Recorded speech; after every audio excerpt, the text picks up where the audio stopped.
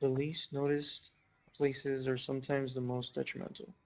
I chose the upper quad as the place for my research because it appears insignificant to the common passerby. However, it serves an important function, but most don't see it. Hey man, What's up? do you happen to have an opinion on the upper quad and its significance to Uh, students at Whittier College? I've never really used the quad before, so I don't have much of an opinion. Oh, all right then. You sure? I'm sure. All right, man. See, the upper quad serves two functions. The first is that of a road network, like the freeway system. Usually from the mornings all the way up to 3 or 4, you see people hustling through but not really talking, except for the occasional hello or what's up. The other function is a hidden one.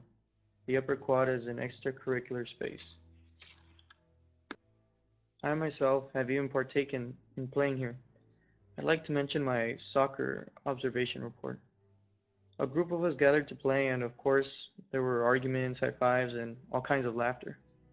But there was a sense of unity that reminded me of what Larkin terms intense solidarity. He says this when referring to some Indonesian engineers that all worked together to build their country's first satellite.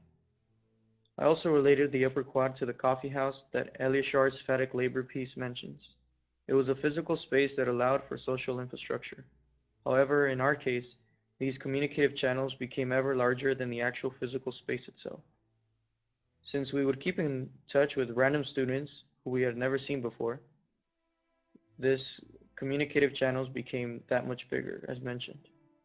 But here is what one fellow poet has to say regarding the upper quad. Angel, and can you tell us what your opinion is on if the upper quad is significant in any way or important? Yeah, it is, of course. I mean, a lot of people here socialize. They get to express themselves in sports.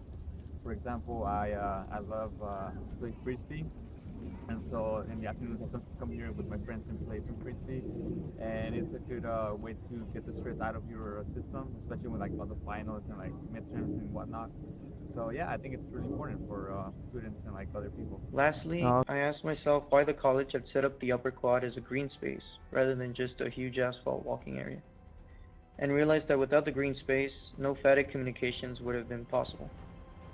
Therefore, Whittier College must have realized that having the upper quad as a green space would promote the sense of community that it strives for, while also obtaining a sense of modernity.